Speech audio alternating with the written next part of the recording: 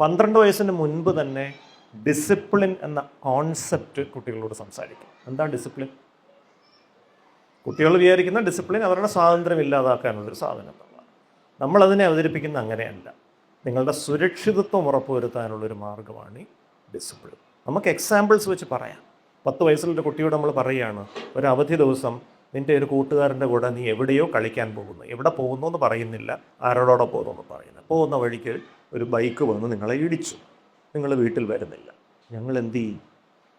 V will not be in a position to help you. ഞങ്ങൾക്ക് നിങ്ങളെ സഹായിക്കാൻ കഴിയാത്തൊരു അവസ്ഥ വരും.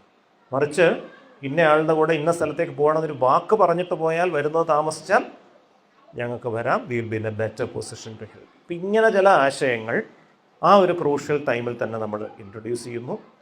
And final point is how to make your child a responsible adult. പേരൻറ്റിങ്ങിൻ്റെ ultimate purpose അല്ലേ? മോസ്റ്റ് ഹെൽപ്ലെസ് ഇൻഫൻ്റ് ആണ് ഹ്യൂമൻ ഇൻഫൻ്റ് ആണല്ലോ. മറ്റെല്ലാ ജീവികളുടെയും ശിശുക്കൾ അധികം വൈകാതെ എഴുന്നേറ്റ് നിൽക്കും, സ്വന്തം കാര്യങ്ങൾ ചെയ്യും. മനുഷ്യ ശിശു എഴുന്നേറ്റ് നിൽക്കാൻ 1.5 കൊല്ലം പിടിക്കും. സാമ്പത്തിക സാമൂഹ്യ സ്വാതന്ത്ര്യമൊക്കെ കിട്ടാൻ ഒരു 2 പതിറ്റാണ്ട് പിടിക്കും അല്ലേ?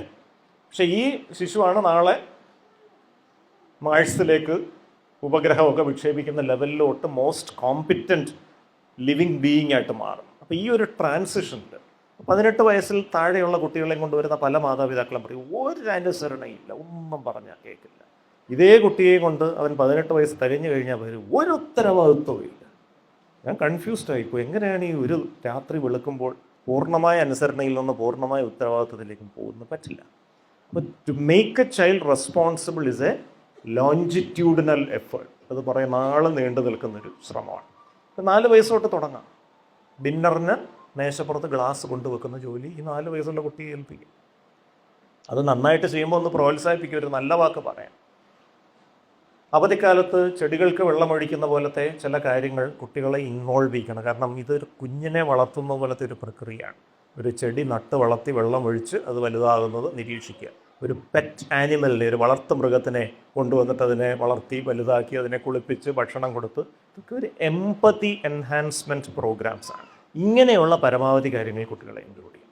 ഒരു 10 വയസ്സ് കഴിയുമ്പോഴത്തേക്കെങ്കിലും വീട്ടിലെ പ്രധാനപ്പെട്ട ഡിസ്കഷൻസിൽ കുട്ടികളെ കൂടി ഇൻവോൾവ് ചെയ്യിക്കണം.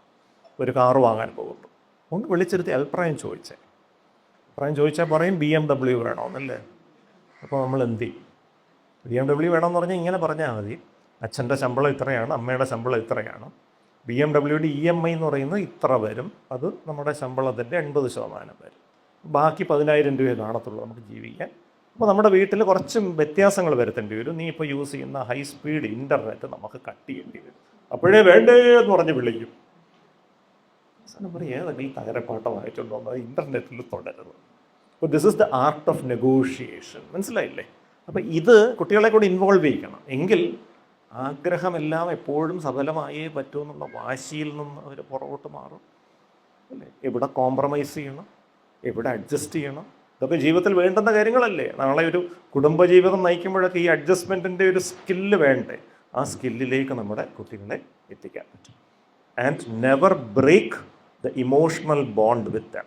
അവർ വലുതായി കാണാൻ നിങ്ങളെക്കാൾ കരുത്തന്മാരായി എന്ന് വിചാരിച്ചുകൊണ്ട് അവരോട് സംസാരിക്കുന്ന സമയം കുറയ്ക്കരുത്. അവർ ഹോസ്റ്റലിലേക്ക് പോയി എന്ന് വിചാരിച്ചുകൊണ്ട് ആ 30 മിനിറ്റ്സ് ഓഫ് കോൺടാക്റ്റ് ടൈം കുറയ്ക്കരുത്. അത് കുറയ്ക്കാതിരുന്നാൽ അവർ ഭാവിയിൽ ഏത് വിദേശ രാജ്യത്ത് പോയാലും ഏത് ഉന്നത നിലയിലെത്തിയാലും നിങ്ങൾക്ക് വയ്യ എന്ന് അറിയുമ്പോൾ they will come flying to be with you. ഇല്ലെങ്കിലും അവർ ചിലപ്പോൾ രക്ഷപ്പെട്ടെന്നിരിക്കും. വയ്യാതെ കിടക്കുമ്പോൾ ഏറ്റവും നല്ല ഹോം നേഴ്സിനെ അവർ അറേഞ്ച് ചെയ്യും, അല്ലെങ്കിൽ ഏറ്റവും നല്ല വൃദ്ധസദനത്തിൽ നിങ്ങൾക്കൊരു പ്ലേസ് അവർ തരും. അപ്പോൾ ഏത് വേണം എന്നുള്ളത് ഇറ്റ്സ് യുവർ ചോയ്സ്. അപ്പോൾ പ്രശസ്ത ലെബനീസ് കവി ഖലീൽ ജിബ്രാൻ അദ്ദേഹത്തിൻ്റെ ദ പ്രോഫറ്റ് എന്ന കവിതയിൽ പറഞ്ഞതുപോലെ, നിങ്ങളുടെ കുട്ടികൾ നിങ്ങളുടെ സ്വന്തമല്ല, അവ നിങ്ങൾ തൊടുത്തു വിടുന്ന അസ്ത്രങ്ങൾ മാത്രമാണ്. ആ അസ്ത്രം ഏത് വഴി പോകണം, എവിടെ ചെല്ലണം എന്നുള്ളതെല്ലാം തീരുമാനിക്കപ്പെട്ടിരിക്കും. ആ അസ്ത്രങ്ങൾ വിടാൻ ഉപയോഗിക്കുന്ന വില്ലുകൾ മാത്രമാണ് നിങ്ങൾ. ഒരിക്കലും നിങ്ങളുടെ മനസ്സ് നിങ്ങളുടെ കുട്ടികളുടെ മനസ്സിൽ അടിച്ചേൽപ്പിക്കരുത്. കാരണം നിങ്ങളുടെ കുട്ടികളുടെ മനസ്സിലൂടെ കടന്നു പോകുന്നത് എന്താണ് എന്ന് നിങ്ങളുടെ വന്യമായ സങ്കല്പങ്ങൾ ഉപയോഗിച്ച് പോലും നിങ്ങൾക്ക് മനസ്സിലാക്കാൻ കഴിയില്ല. അല്ലെ, ഈ ഡിജിറ്റൽ ടെക്നോളജിയൊക്കെ വരുന്നതിന് ഒരു നൂറ്റാണ്ട് മുൻപ് ഒരു മഹാകവി പറഞ്ഞ എക്സ്ട്രീംലി ഫ്യൂച്ചറിസ്റ്റിക് ആയിട്ടുള്ളൊരു സംഗതിയാണ്, ഇന്നും സത്യമാണ്. So thank you very much for your very patient listening.